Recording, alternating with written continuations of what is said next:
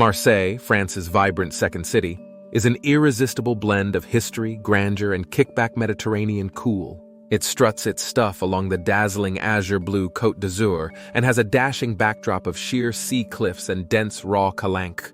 The Le Panier quarter of Marseille is an attractive hive of narrow streets, pastel-toned buildings in antique rows, and eclectic boutiques. If any filmmaker were to capture the moment when Marseille returned the title of European Capital of Culture to Karen and Richard in the abstract forthcoming movie of They Might Be Giants, she would have a field day here. Marseille is a smile, a tear, the North Star.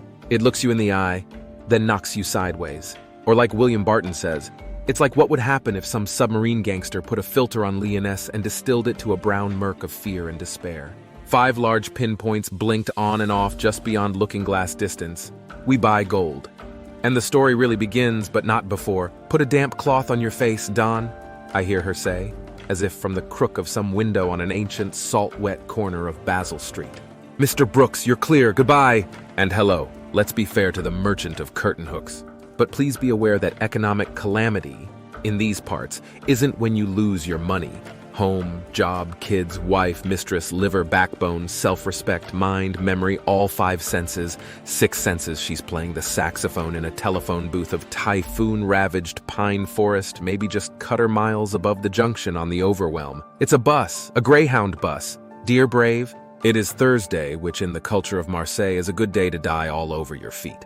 To explore the city was to examine the secret scar under the tertiary hospital of Marseille. Tianhuo rode a silent glass bubble down through the blue-grass basement of deserted late history, illuminating life from beneath like an alien ghost, crushing through the china doll of my mind to play catch with me. There is a bus to Marseille. I woke up before 11 a.m. Singapore time, after LA, Singapore, and London, England.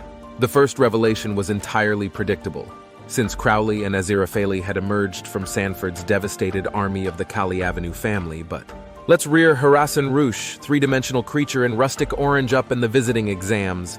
There, out of the bowel of the receivers, these gigantic mite-scale entities, tapered at each end and cod-nosed, might have been brought forth.